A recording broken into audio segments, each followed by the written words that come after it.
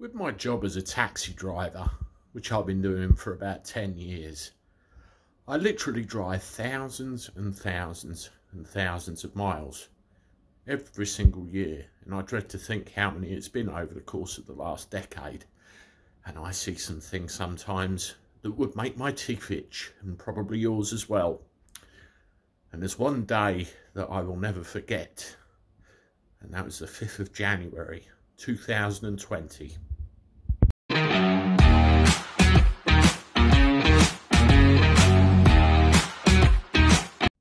Howdy everyone, welcome back to the channel for a Wednesday. Hope you're doing alright. I am. Day indoors today.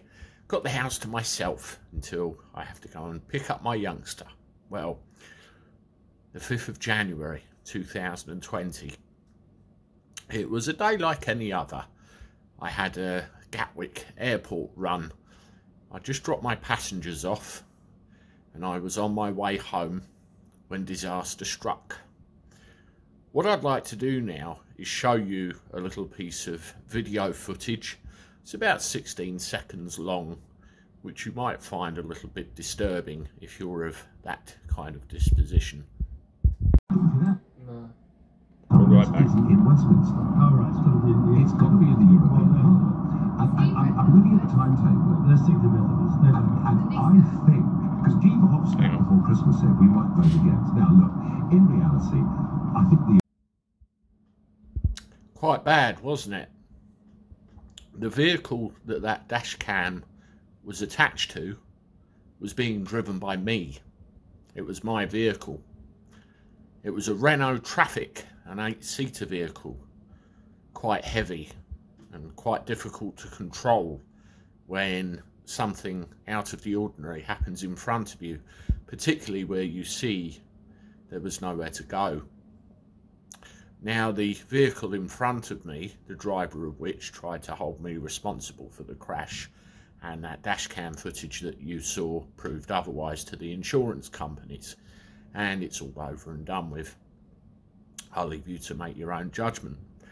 But I remember at the time coming down the road, and I just dropped the passengers off from Gatwick, and I was on my own, thank goodness. I saw this car in front of me, and I don't know whether you saw clearly from the footage, but there was already an accident that had occurred. A Mercedes Sprinter van had gone up the rear end of another car and sent it into the central reservation. That's why the Volvo was parked in the hard shoulder, because they pulled over to assist the original accident. 3 cars come along, the one at the front, the one in the middle, and me at the rear. The one in the front brakes, the one in the middle doesn't react, swerves out of control. I point my van at a gap to try and get out of the way, and what you probably don't see on camera, he swung back across, slammed into the side of me, and that action pushed me into the Volvo. I hit that Volvo, they estimate, at about 50 miles an hour, spun me round. I was lucky. If I'd have come round a little bit further towards the back, it could have been a different story. I got a rotational injury, whiplash, and a bit shaken up here for a little while, but otherwise all good.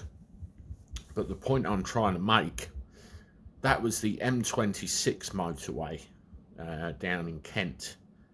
And one thing that ran all the way up the side of that was a hard shoulder.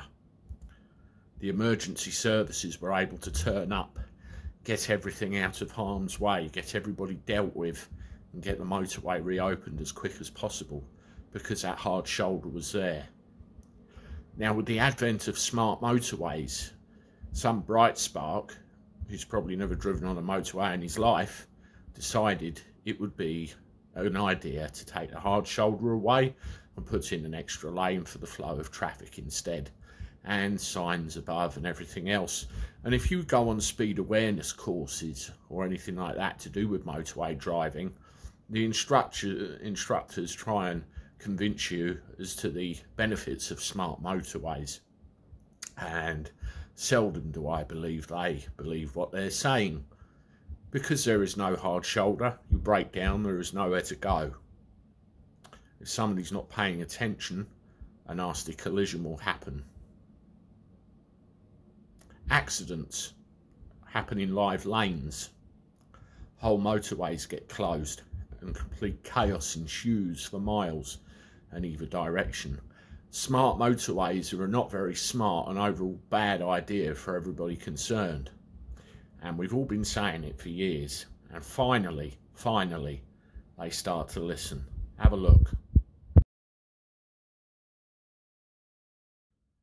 Yes, so-called smart motorway upgrades are coming. In my opinion, they should never have been constructed in the first place, and perfectly usable motorways, the M23 going down to Gatwick is another example, should have never have been messed with. There should be lanes and a hard shoulder for people to escape to. There are particular black spots where more accidents happen than most, the M1 and the M6. People have died in accidents which could have been prevented if there was a hard shoulder there for people to get onto and get out of the way of flowing live traffic. And coroners have found in this favour as well. Well, it appears that now the powers that be are starting to listen and realise they could have cocked it right up. So now they're talking about adding additional safety laybys in on the side of the roads to give people more opportunities to get out the way. And I'm sure there'll be other things as well which will be added to try and make an unsafe road a bit safer. They've done it down the M25 down near Surrey past Clackett's. They've put a couple of extra lanes in there where you can pull over if you break down. I've seen that with my own eyes. So after all of this problem, it is encouraging that things hopefully will start to happen. And I hope that Boris and his Bojo buddies don't fuck it right up and stop it from happening and it goes ahead as planned, because too many people have suffered from this monstrosity and disaster already. And as you can see, I had a lucky escape as well. Anyway, this is a Gabby Cabby for now, signing off. I'll see you later with another one. Toodaloo.